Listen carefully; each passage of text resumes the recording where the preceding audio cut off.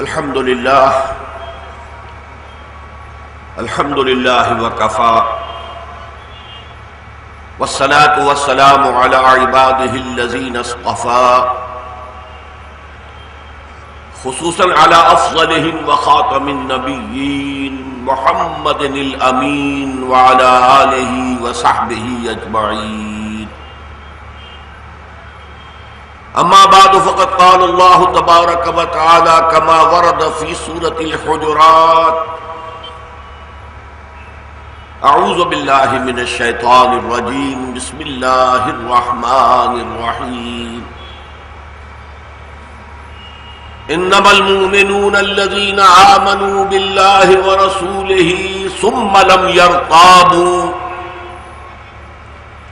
وجاهدوا بأموالهم وأنفسهم في سبيل الله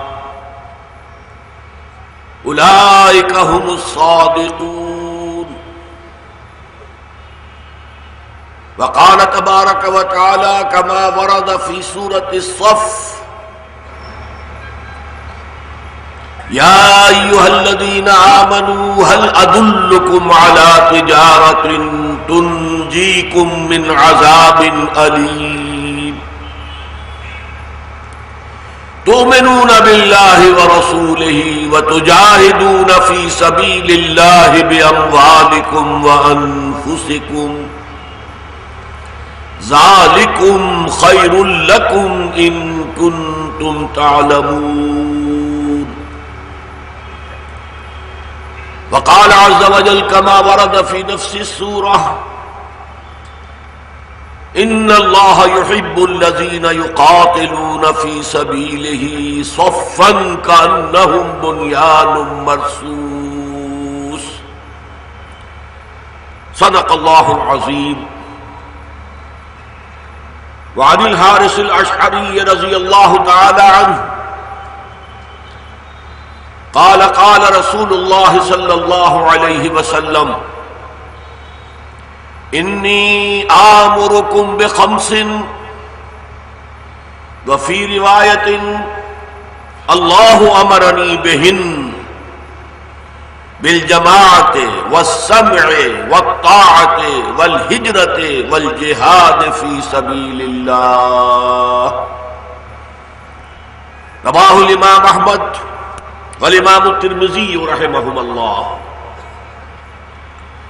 رب اشرح لي صدري ويسر لي أمري واحلل عقدة من لساني يفقهوا قولي. اللهم ربنا ألهمنا رشدنا وأعذنا من شرور أنفسنا. اللهم أرنا الحق حقا وارزقنا اتباعه وأرنا الباطل باطلا وارزقنا اجتنابه. اللهم ربنا نور قلوبنا بالإيمان واشرح صدورنا للإسلام. اللهم وفقنا أن نجاهد في سبيلك بأموالنا وأنفسنا. اللهم ارزقنا شهادة في سبيلك. آمین یا رب العالمین. معزز حاضرین اور محترم خواتین، السلام علیکم ورحمۃ اللہ وبرکاتہ. میری آج کی گفتگو کا موضوع بہت اہم بھی ہے، بہت نازک بھی ہے، سینسٹیو ایشو ہے. ویسے تو دنیا میں بہت عرصے سے مستشرقین کا یہ اعتراض رہا ہے مسلمانوں پر کہ ان کی کتاب جو ہے وہ جنگ و جدل کی طرف دعوت دینے والی ہے.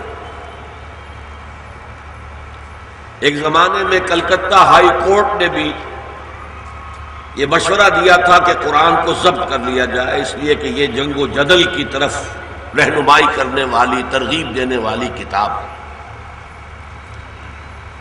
اور ایک دور میں وزیر اعظم انگلستان گلیڈسٹون، اس نے انگلستان کی پارلیمنٹ میں قرآن کا نسخہ لہرایا تھا کہ جب تک یہ کتاب دنیا میں موجود ہے امن قائم نہیں ہو سکتا. پھر اس وقت دنیا میں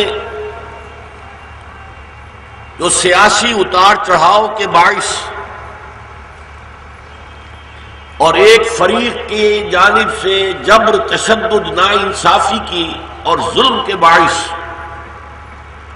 ایک رد عمل پیدا ہوا جس نے دہشت گردی کی شکل اختیار کر لی. یہ دہشت گردی ایک رد عمل ہے، ایک مسلسل ظلم کا، ایک عظیم ظلم کا، ناانصافی کا.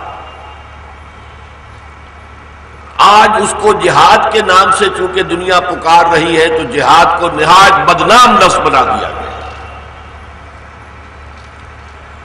اس میں جیسا کہ میں نے کل بھی عرض کیا تھا، دشمنوں کا حصہ تو ہے ہی، دشمن کا کام تو یہی ہے. بڑا پیارا شعر ہے، فارسی کا ہے، نیش اقرب نسب کین است اقتضائے طبیعتش این است. بچھو جو ڈنک مارتا ہے تو وہ کسی کینے کی وجہ سے، کسی بغض کی وجہ سے، کسی دشمنی کی وجہ سے نہیں مارتا، اس کی تو طبیعت کا تقاضا یہی ہے کہ وہ ڈنک مارے. تو دشمنوں کی تو طبیعت کا تقاضا ہے کہ وہ اسلام کو بدنام کرے، جس شکل میں بھی ان کے لیے ممکن ہو. لیکن آج میں آپ کے سامنے جو بات رکھنے والا ہوں وہ یہ ہے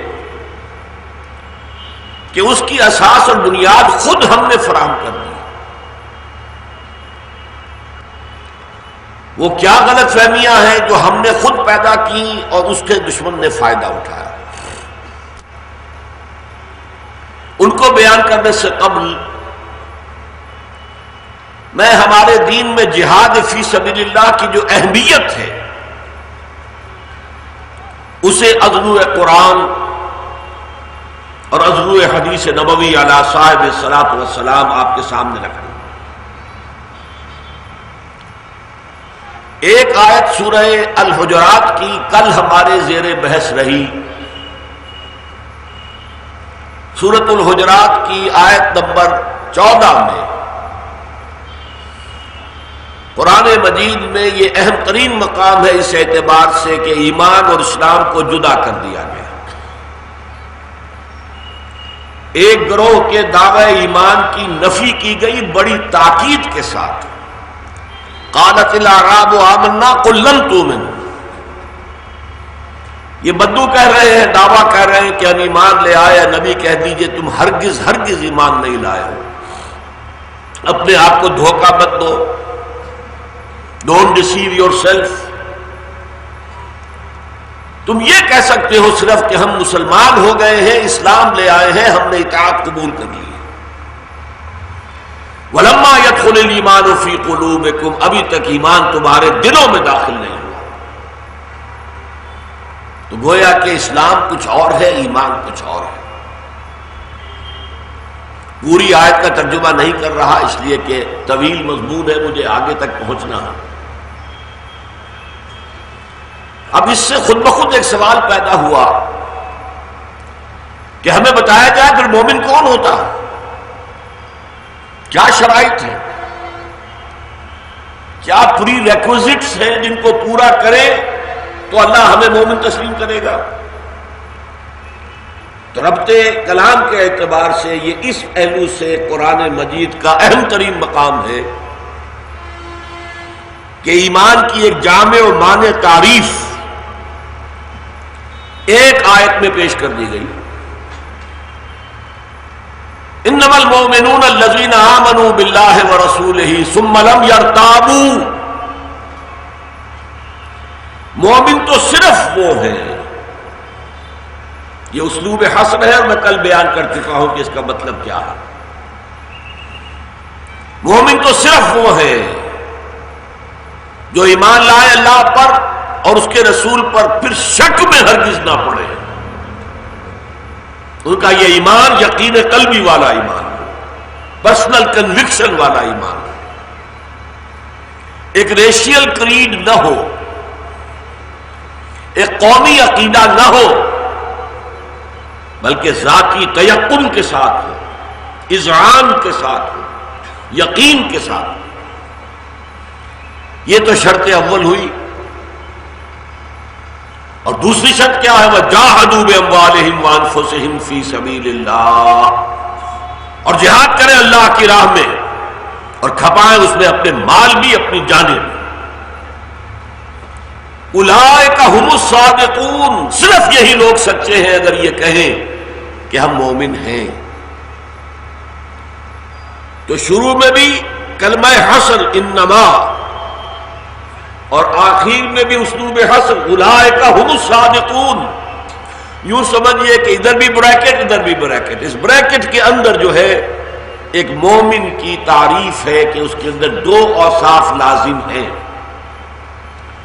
اور کل میں بیان کر چکا ہوں کہ وہ ان 5 اوصاف پر مستزاد ہوں گے، اضافی ہوں گے، جو اسلام کے لیے لازم ہے. بنی الاسلام علی 5: شہادت لا الہ الا اللہ وان محمد رسول اللہ واقام الصلاۃ وایتاء الزکاۃ وصوم رمضان وحج البیت من استطاع الیہ سبیلا. 5 ارکان تو اسلام کے ہو گئے. 2 مزید رکن اس میں شامل ہوں گے تو وہ ایمان کی تعریف مکمل ہوگی. شہادت وربل اٹیسٹیشن کے ساتھ یقین قلبی ہے، اور نماز روزہ حج اور زکوٰۃ کے ساتھ جہاد فی سبیل اللہ. یہ جہاد فی سبیل اللہ گویا کہ ایمان کا جزو لازم ہے، جزو لازم ہے، جزو لازم.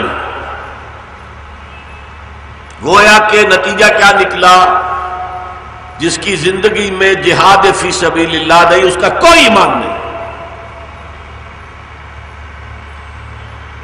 کتنی اہمیت ہوئی جہاد فی سبیل اللہ کی. دوسرا مقام سورہ صف کی آیات 10 اور 11. 10ویں آیت میں ایک سوال پوز کیا گیا. یا ایھا الذین آمنوا، اے ایمان کے دعوے دارو. یہ میں عرض کر چکا ہوں کل، ایک ایمان ہے قانونی ایمان، ایک ہے حقیقی ایمان. یہاں بھی وہ بات واضح ہو جائے گی. اے وہ لوگوں جو قانونی ایمان کے دائرے میں آ گئے ہو. هل ادلکم علی تجارۃ تنجیکم من عذاب علیم. دلیل کہتے ہیں وہ شے جو رہنمائی کرے. کیا میں رہنمائی کروں تمہاری؟ هل ادلکم علی تجارۃ، ایک ایسے کاروبار کی جانب جس کا منافع اتنا بڑا ہو کہ دردناک عذاب سے چھٹکارا دے دے. یعنی صرف قانونی ایمان میں آنے سے آپ یہ نہ سمجھ بیٹھے کہ جہنم سے چھٹکارا ہو جائے گا. آپ کو ایک کاروبار کرنا پڑے گا. اب دیکھیے یہ قرآن کا اسلوب ہے، انسانی ذہن کے قریب ترین آ کر بات. تجارت کس کو معلوم ہے؟ تجارت میں کچھ پونجی ہوتی ہے، سرمایہ، اور کچھ محنت ہوتی ہے. پونجی کم ہے تو محنت زیادہ. تھوڑے سے پیسے منڈی سے پھل خریدے ہیں، 200-300 روپے کا پھل خریدا، اب اپنے سر کے اوپر لے کر گھوم رہا ہے، بیچ رہا ہے، شام تک 40-50 روپے بنا لے گا. کم پونجی محنت زیادہ، زیادہ پونجی محنت کم. ذرا زیادہ پونجی ہوئی ریڑھی خرید لے گا، اور زیادہ پونجی ہوئی کوئی کھوکھا لگا لے گا، اور زیادہ پونجی ہوئی دکان کھولے گا، اور زیادہ ہوئی امپورٹ ایکسپورٹ کرے گا. لیکن سرمایہ اور محنت، سرمایہ اور محنت ساتھ ساتھ چلے گی. تو اب ایک ایسی تجارت جو جہنم سے چھٹکارا دے دے. اور آپ ایمان کی حقیقت میں سمجھ چکے ہیں کہ جب تک یہ حال نہ ہو کہ اصل زندگی آخرت کی زندگی ہے، اس وقت تک سیدھے راستے پر آپ چل ہی نہیں سکتے. ایمان بالآخرت جو ہے وہ عمل کے اعتبار سے اہم ترین ایمان ہے. اب اگر تم چاہتے ہو آخرت میں جہنم سے رہائی تو ایک کاروبار کرنا پڑے گا. کیا تمہیں بتاؤں؟ پھر جواب خود دے دیا۔ یہ ایک بڑا فطری طریقے تعلیم ہوتا ہے کہ پہلے استاد کوئی سوال کرے تاکہ طلبہ کے ذہن کھلے، خود سوچے، خود غور کرے، پھر جواب دے۔ یہ اسلوب قرآن میں بھی بہت آیا، حدیث میں بھی بہت آیا، بہت آیا۔ تو اب اس کے بعد جواب خود دیا، تؤمنون باللہ ورسولہ، پھر وہی بات آ گئی نا، یا ایھا الذین آمنوا سے تو بات ہو رہی ہے، ان سے کہا جا رہا ہے ایمان لاؤ اللہ پر جیسے کہ ایمان لانے کا حق ہے۔ وہی دو ایمان جو میں نے کل کہا تھا، یا ایھا الذین آمنوا آمنوا باللہ ورسولہ، اے ایمان کے دعوے دارو ایمان لاؤ اللہ پر جیسے کہ ایمان لانے کا حق ہے۔ تو یہاں پر بھی پہلی شرط کیا ہو گئی؟ تؤمنون باللہ ورسولہ، اور دوسری وَتُجَاهِدُونَ فِي سَبِيلِ اللَّهِ بِأَمْوَالِكُمْ وَأَنفُسِكُمْ، اور جہاد کرو اللہ کی راہ میں اپنے مالوں سے، پونجی سے، سرمایہ سے، اور اپنی جانوں سے، محنت سے، مشقت سے، تکلیفوں سے، یہاں تک کہ جان دے کر۔ ذَلِكُمْ خَيْرٌ لَكُمْ إِن كُنتُمْ تَعْلَمُونَ، یہی تمہارے لیے بہتر ہے اگر تم سمجھو۔ کیا نتیجہ نکلا اس کا؟ جہاد فی سبیل اللہ نہیں تو نجات جہنم سے ہو ہی نہیں سکتی۔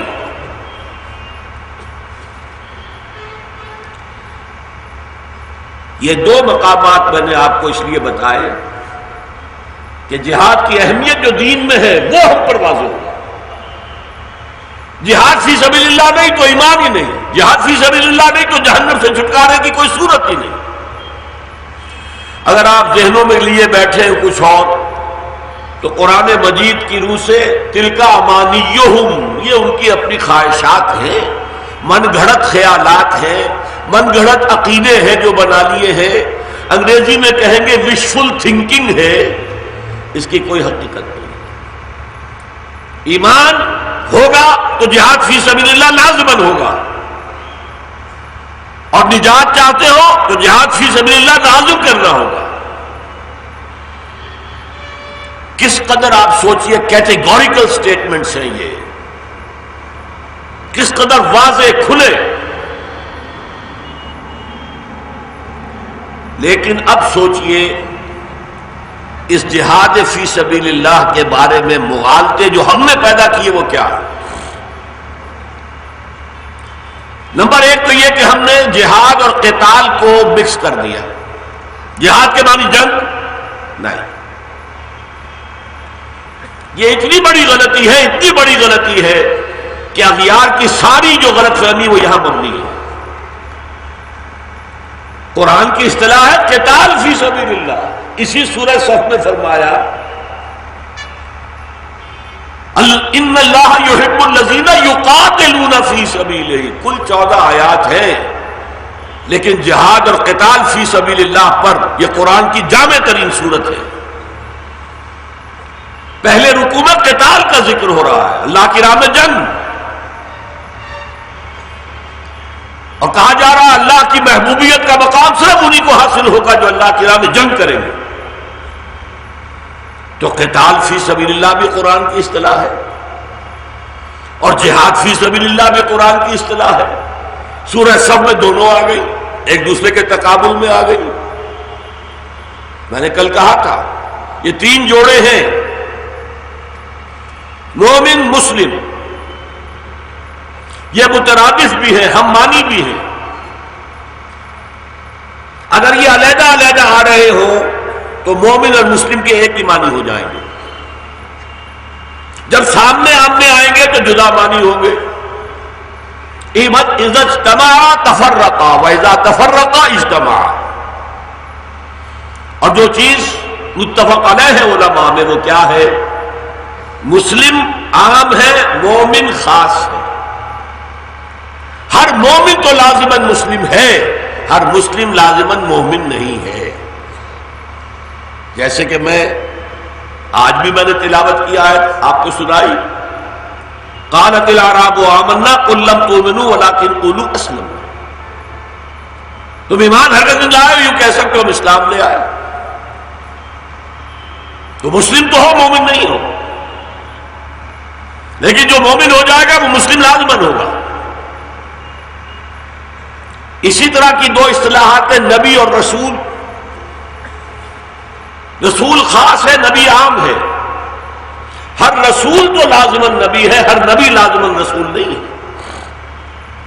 اسی طرح جہاد اور قتال، ہر قتال تو لازمن جہاد ہے، ہر جہاد قتال نہیں ہے. تو یہ دو مستقل اصطلاحات ہیں قرآن کی، ہم نے ان کو گڈ مڈ کر کے بہت بڑی غلطی کی، علمی غلطی کی. اب اس کے جو تباہ کن نتائج نکلے وہ کیا ہے؟ جنگ ہر وقت تو ہوتی نہیں، لہذا جہاد کوئی مسلسل فنومینن نہیں رہا. اور جنگ کے لیے جتنے آدمی درکار ہیں، مثلا جب حضرت عمر کے زمانے میں رضی اللہ تعالی عنہ جہاد ہو رہا تھا، ایران کے محاذ پر بھی اور شام کے محاذ پر بھی، تو محاذ سے آئی بات، ڈیمانڈ آئی کہ 10,000 آدمی اور بھیجیے جلدی سے. اب اعلان کیا گیا 10,000 آدمی نکل آئے تو باقی گھر میں سوئے. اس کو کہتے ہیں فرض کفایہ. یہ فرض عین نہیں ہے کہ ہر ایک کے لیے جانا ضروری ہے. 10,000 آدمی مانگے، 10,000 نکل آئے، باقی آرام سے گھر میں سوئے. ان پر کوئی گناہ نہیں، کوئی جناح نہیں. لہذا جہاد ہماری زندگیوں میں مستقل نہ رہا اور فرض عین نہ رہا، بات ختم ہو گئی. جہاد کی اہمیت کیا ہوئی؟ جسے انگریزی میں کہتے ہیں بیک برنر، کہیں طاق میں رکھ دیا گیا ہے اس کو. ہماری دینی سوچ کا جزو لازم تو رہا ہی نہیں جہاد. جبکہ جو میں نے آپ کو بتایا، جہاد نہیں تو ایمان نہیں، جہاد نہیں تو نجات نہیں. چھٹی چھٹی. اچھا، دوسری غلطی کیا ہوئی اس میں، اور وہ سب سے خوفناک ہوئی. اگر کوئی مسلمان بادشاہ زانی ہے، شرابی ہے، بدماش ہے مسلمان، وہ اپنی مملکت کی توسیع کے لیے کسی غیر مسلم ملک پر حملہ کرتا ہے. نیت اس کی کیا ہے؟ میری ریونیوز بڑھ جائے، مجھے مالیہ زیادہ ملے، میں زیادہ بڑا محل بنا سکوں، زیادہ عیش کر سکوں، اپنے حرم میں اور ہزاروں کنیزیں لا کے شامل کر سکوں. اس کو بھی کہہ دیا جہاد فی سبیل اللہ، انا للہ و انا الیہ راجعون. اب جہاد کا لفظ بدنام نہیں ہوگا تو کیا ہوگا؟ تو جو بدنامیاں آئی ہیں یہ خود کردہ ہے. ہم نے غلطیاں کی ہیں اور جہاد کے لفظ کا غلط استعمال کیا ہے. آج بھی ہو رہا ہے، میں بتاؤں گا بعد میں آپ کو آج کی صورت کیا ہے. یہ تو میں نے ذکر کیا جب سلاطین ہوتے تھے مسلمان، ان کی حکومتیں ہوتی تھی، آپس میں بھی لڑتے تھے، مسلمان مسلمانوں کے خلاف لڑتے تھے. اب کس کے جنگ کو جہاد کہا جائے؟ بابر آیا تھا، ابراہیم لودھی کو شکست دی تھی. مجاہد کون تھا ان میں سے؟ بابر تھا کہ ابراہیم لودھی تھا؟ لیکن دونوں طرف وہ جہاد فی سبیل اللہ کے الفاظ کہیں گے تاکہ اپنے جو سپاہی ہیں ان کا مورال بلند ہو، ہم جہاد فی سبیل اللہ کر رہے ہیں. تو یہ غلط مس یوز ہوا ہے جہاد کی اصطلاح کا، جس کی بنا پر کہ دنیا کو پھر اس اصطلاح، مقدس اصطلاح، اس کو بدنام کرنے کا موقع ملا ہے. اب سمجھیے کہ جہاد کے معنی کیا ہے. دیکھیے وہی بات جو پرسوں میں نے عرض کی تھی، عربی زبان کے 99,999 فی لاکھ الفاظ وہ ہیں جن کی ایک سہ حرفی روٹ ہوتی ہے. جیسے میں نے بتایا تھا، علم سے عالم، معلوم، علامت، علامہ، متعلم، معلم، سینکڑوں لفظ بن جائے. امن، ایمان، مومن مامن، امن کی جگہ مامن، جہاں امن میں میسر آ جائے، آمن جو امن میں ہے. اب یہ امن سے لفظ بن رہا ہے. اسی طرح سے حرفی روٹ ہے جہد. جہد کے معنی کوشش کون نہیں جانتا. یہ جہد جو ہے یہ یک طرفہ عمل ہے. آپ کوشش کر رہے ہیں کسی کام کے لیے، اس میں آپ محنت کر رہے ہیں، راتوں کو جاگ رہے ہیں. جیسے مولانا حضرت علی رضی اللہ تعالیٰ عنہ کے بڑے پیارے شعر ہیں، یغوص البحر من طلب اللآلی ومن طلب العلا سہر الليالي. جو موتیوں کا طالب ہوتا ہے اسے سمندر میں غوطہ لگانا ہی پڑتا ہے، تبھی تو موتی ملے گا. اور جو دنیا میں بلند مقام پہنچنا چاہے اسے راتوں کو جاگ کر محنت کرنی پڑے گی. ومن طلب العلا من غیر قد اضاع العمر فی طلب المحال. اور جو شخص چاہے بلند مقام حاصل کرنا اور محنت بھی نہیں کروں، وہ اپنی عمر کو ایک خواہش، محال خواہش میں ضائع کر دے گا. تو جہد کوشش. اب اس سے باب مفالہ کا دو مصدر بنتے ہیں، مجاہدہ اور جہاد. جیسے مقاتلہ اور قتال، جیسے مباحثہ اور بحاث، یہ الفاظ بنتے چلے جائیں. اب اس میں وصف کیا ہے؟ باب مفالہ کا وصف کیا ہے، صفت کیا ہے؟ دو فریق مد مقابل بن کر آئیں گے ایک دوسرے کے مقابلے میں. ایک جوہد کر رہا ہے، دوسرا جوہد کر رہا ہے، جوہد سے جوہد ٹکرا رہی ہے تو یہ مجاہدہ ہے. سادہ سی مثال، کوئی ایک ویکنسی ڈکلیئر ہوئی ہے فلاں محکمے میں، فلاں سیٹ خالی ہے. اب بیکاری ہے، ان امپلائمنٹ ہے، سینکڑوں آدمی اس کے لیے کوشش کریں گے اپنی اپنی سیٹ. کوئی سفارش لڑائیں گے، کچھ اور کریں گے. یہ مجاہدہ ہو رہا ہے، ہر ایک اپنی سی کر رہا ہے. یا رسہ کشی کا مقابلہ ہو رہا ہے، ایک ٹیم ادھر ہے، ایک ٹیم وہ ادھر کھینچ رہی ہے، وہ ادھر کھینچ رہی ہے. مقابلہ اسی سے تو بنا مقابلہ. مجاہدہ جہد کوشش، اور مجاہدہ یا جہاد کشاکش. اردو میں ایک لفظ غلط استعمال ہوتا ہے کشمکش. کشمکش اور لفظ ہے، کشمکش کھینچو مت کھینچو. یعنی یہ کیفیت ہوتی ہے انسان کی کہ متردد ہے، مذبذب ہے، چلوں نہ چلوں. یہ کشمکش ہے. اسی کشمکش میں گزری میری زندگی کی راتیں، کبھی سوز و ساز رومی، کبھی پیچ و تاب رازی. وہ کشمکش، کشاکش کہتے ہیں اس کو فارسی میں. ایک دوسرے کے مقابلے میں آ کر جد و جہد سے ٹکرا رہی. تو جہد اور مجاہدہ یا جہاد، اس کا مفہوم سمجھ میں آ گیا. اسی کے وزن پر قتل اور قتال. مقاتلہ قتل یک طرفہ عمل ہے. کوئی شخص جا رہا تھا، آپ نے گولی مار دی، مر گیا. اس کے سان گمان میں بھی نہیں تھا کہ کوئی میری گھات میں بیٹھا ہوا.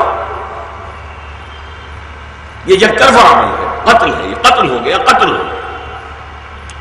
اور جب دو فوجیں آمنے سامنے آ گئے، یہ چاہتے ہیں انہیں قتل کرنا، یہ چاہتے ہیں قتل کرنا. یہ کیا ہو گیا؟ مقاتلہ یا قتال. جہد سے مجاہدہ، کوشش سے کشاکش. یہ تو فارسی میں ترجمہ ہوا. انگریزی میں کیا کہیں گے؟ کوشش کیا ہے؟ ٹو اسٹرائیو فار سم تھنگ. کسی چیز کی کوشش کرنا، ٹو اسٹرائیو فار سم تھنگ. اور جہاد کسے کہیں گے؟ ٹو اسٹرگل اگینسٹ سم تھنگ. اسٹرائیو کے ساتھ فار آئے گا، اسٹرگل اگینسٹ ہوگی. تو جہاد ہے to struggle against someone اور سم تھنگ اور سم گروپ. اور ٹو اسٹرائیو آپ کا ایک مقصد ہے، آپ اس کے لیے کوشش کر رہے ہیں. یہ اگر بنیادی مفہوم سامنے آ گیا، جوہد سے جہاد، قتل سے قتال،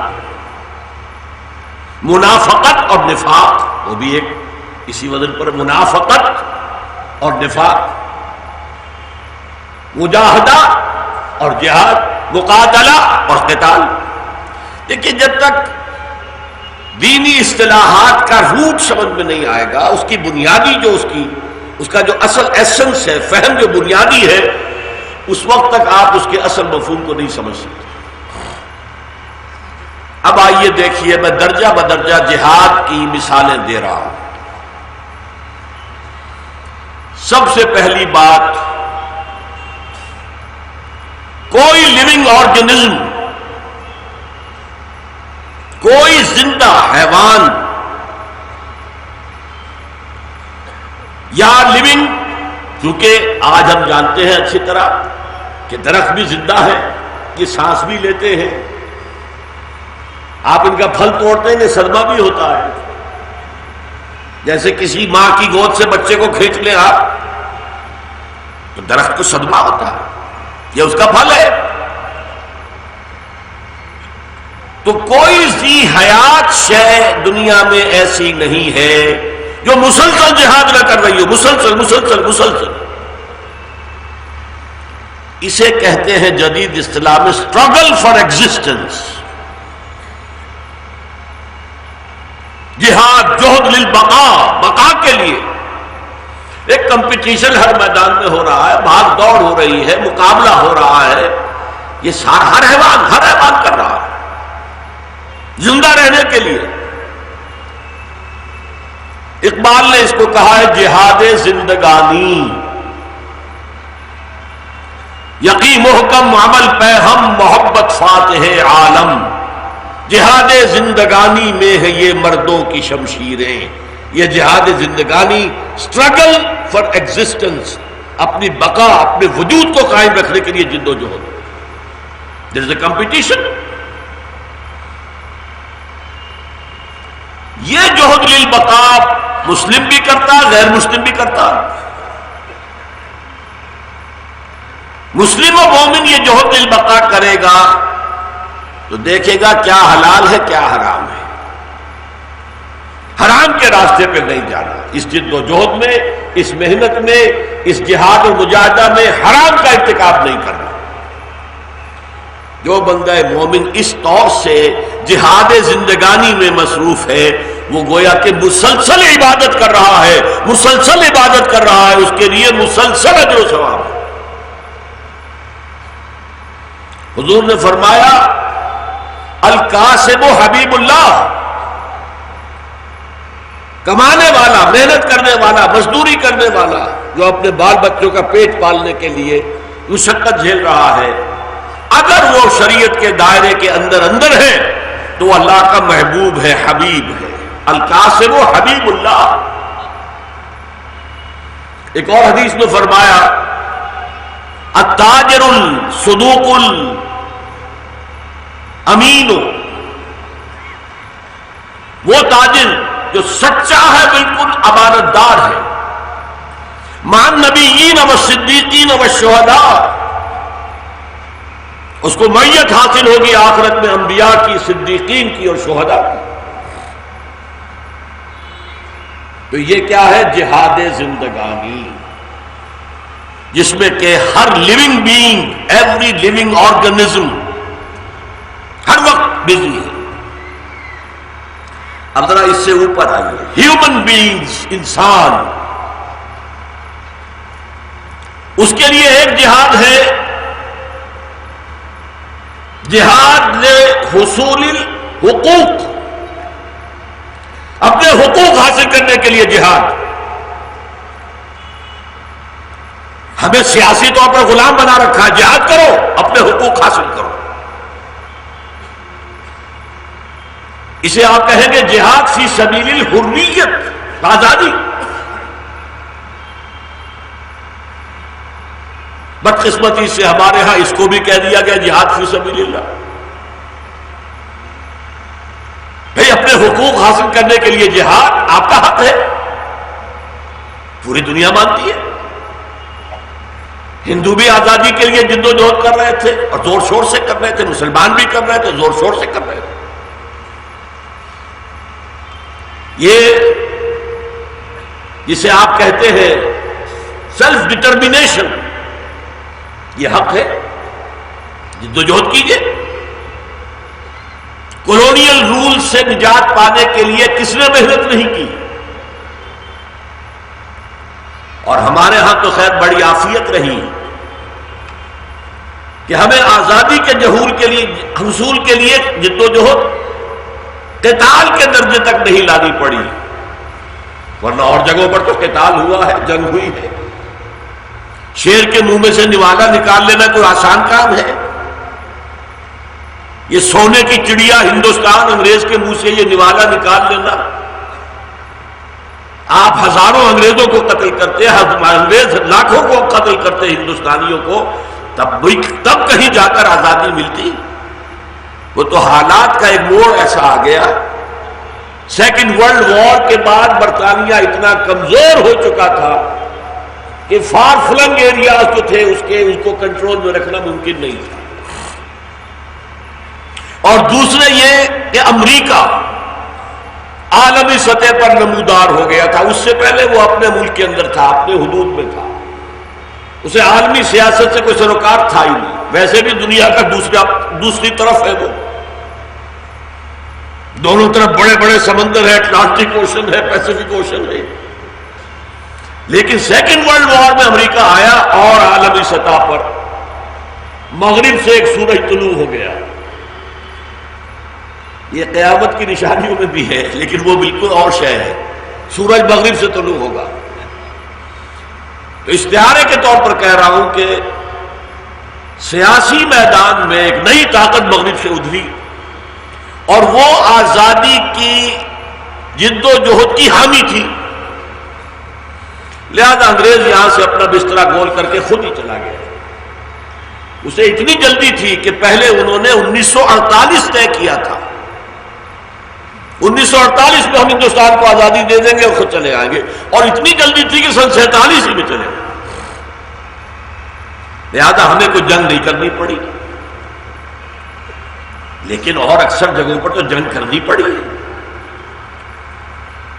مثلا اب میں آپ کو مثال دے رہا ہوں، الجزائر میں مڈ 50s 20ویں صدی کے عین درمیان میں جہاد آزادی ہو رہا تھا، فرانس سے آزادی حاصل کرنے کے لیے جنگ.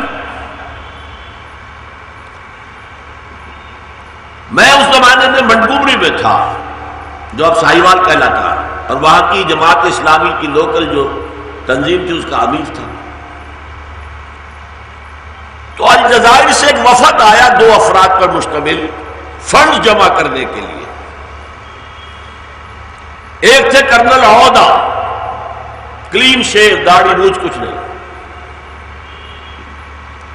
ایک تھے علامہ بشیر الابراہیمی الجزائری، بہت بڑے عالم. انہوں نے بہت تقریر کی ہے، مجھے آج تک یاد ہے. سن 55 کی بات بتا رہا ہوں، اتنی لذت والی تقریر. ایک عرب ہو، عربی اس کی زبان ہو، علامہ ہو، قرآن اور حدیث ازبر ہو، اور وہ جہاد پر گفتگو، جہاد فی سبیل اللہ، جہاد فی سبیل اللہ، جہاد فی سبیل اللہ، مدد کرو جہاد فی سبیل اللہ. ہمارا جتنا کچھ ہم سے ہو سکا پیسہ جمع کیا، اس کی تھیلی پیش کی. Now prepare for the shock. جب الجزائر آزاد ہوا تو وہاں سوشلسٹ حکومت قائم ہو گئی. بھائی یہ کیا ہوا؟ جہاد فی سبیل اللہ تھا تو اسلامی حکومت آنی چاہیے تھی. یہ کیسے ہوا؟ درخت تو آم کا تھا، اس میں لگ گئی نمولی، نیم کی نمولی کڑوی. یہ کیسے لگا؟ معلوم ہوا وہ جہاد فی سبیل اللہ نہیں تھا، آپ نے غلط نام دیا اس کو. وہ جہاد فی سبیل الحریت، آزادی کے لیے جد و جہد، اس کے لیے جان دینا جائز ہے، بلکہ یہ بھی ایک شہادت ہے مسلمان کے لیے. یہ جہاد فی سبیل الحریت. غیر مسلم بھی کرے اور کی ہے انہوں نے، اور مسلمان بھی کرے، ان کا حق ہے، اور مسلمان اس میں اسلام کے اصولوں کی پوری پابندی کرتے ہوئے حصہ لے گا تو اگر جان دے گا تو شہید ہے۔ اس لیے کہ حضور نے تو یہاں تک فرما دیا من قتل دون مالہ فہو شہید، جو شخص اپنے مال کی حفاظت میں مارا جائے وہ بھی شہید ہے۔ آپ کہیں جا رہے تھے، ڈاکو نے حملہ کیا ہے، اب دو راستے ہیں، ایک تو یہ کہ لو بھائی جو ہے میرے پاس لے لو، میری جان بخشی کرو، ایک یہ کہ آپ بڑھ گئے اور اس نے آپ کو قتل کر دیا، یہ آپ کی شہادت ہے، آپ کا حق تھا، آپ کا مال تھا، آپ نے اس کی حفاظت میں من قتل دون مالہ فہو شہید، تو مال سے تو بہت بڑی شے ہے حریت، آزادی، حقوق انسانی میں سب سے پہلے تو یہی آئے گا۔ لہذا یہ جو جہاد ہے، بس فرق یہ ہے کہ اسے فی سبیل اللہ نہ کہیے، فی سبیل الحریت۔ فی سبیل کیا ہے؟ کس چیز کی راہ پہ آپ جہاد کر رہے ہیں، یہ مجاہدہ کس مقصد سے کر رہے ہیں، یہ ہے جہاد فی سبیل الحریت۔ ہم نے اسے جہاد فی سبیل اللہ کا نام دے کر اور دنیا سے چندے تو لے لیے مسلمانوں سے۔ میں ایک صاحب سے واقف ہوں، وہ آج کل ٹورنٹو میں رہتے ہیں، الہ آباد میں وہ طالب علم تھے، ابھی تعلیم جو ہے کر رہے تھے کہ جب انہوں نے غلغلہ سنا، الہ آباد یہی جو آپ کا سنگم کا شہر ہے جہاں جمنا اور گنگا ملتی ہیں، انہوں نے سنا، تعلیم چھوڑ کر چلے گئے، جہاد میں حصہ لینے جا رہے ہیں، جہاد میں حصہ لینے جا رہے ہیں، وہاں گولی لگی، بہت زخمی ہوئے، اس کے لیے انہیں جانا پڑا انگلستان، وہاں طویل عرصے تک جو پڑے رہے بستر پر ٹی بی ہو گئی، بہرحال ان کی زندگی کا کیریئر جو ہے برباد ہو گیا۔ اب وہ جب مجھ سے ملے ہیں 1980 میں تو کہتے ہیں آج مجھے افسوس ہوتا ہے میں کہاں گیا تھا، اس ملک کی آزادی کے لیے گیا تھا جو اس وقت افریقہ میں شراب کا سب سے بڑا ایکسپورٹر ہے۔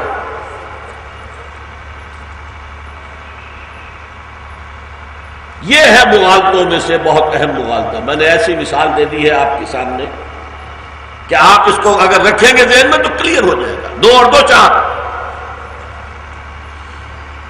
جہاد فی سبیل الحریت جائز، اور مسلمان کرے اسلامی اصولوں کے تحت جہاد ہے، اور مرے گا شہید ہے۔ اب آئیے تیسرا جہاد، یا ہیومن لیول پر، انسانی سطح پر دوسرا جہاد۔ ایک تو جہاد وہ تھا جو تمام جتنے بھی لیونگ کریچرز ہیں، لیونگ آرگنزم ہیں، وہ کر رہے ہیں، بیکٹیریا میں بھی مقابلہ ہو رہا ہے، وائرس بھی لگا ہوا ہے مقابلے کے اندر، تو ہر شے مقابلے میں ہے۔ حفیظ جالندری نے جو شاہنامہ لکھا تھا اس میں تھوڑی سی اپنی داستان بھی شروع میں لکھی تھی، مجھے مسجد سے مکتب کی طرف تقدیر نے کھینچا، تنازع للبقاء کی آہنی زنجیر نے کھینچا۔ میں پہلے عربی مدرسے میں داخل ہوا تھا، وہاں پڑھ رہا تھا، لیکن تنازع للبقاء، جہاد للبقاء، جہد للبقاء، اسٹرگل فار ایگزسٹنس۔ والدین نے کہا کیا کرو گے زندگی بھر، مولوی بن کر مسجد میں بیٹھو گے، لوگوں کی خیرات اور ٹکڑوں کے اوپر پلو گے؟ جاؤ اسکول میں داخل ہو جاؤ، وہاں پڑھو تاکہ اچھی ملازمت ملے۔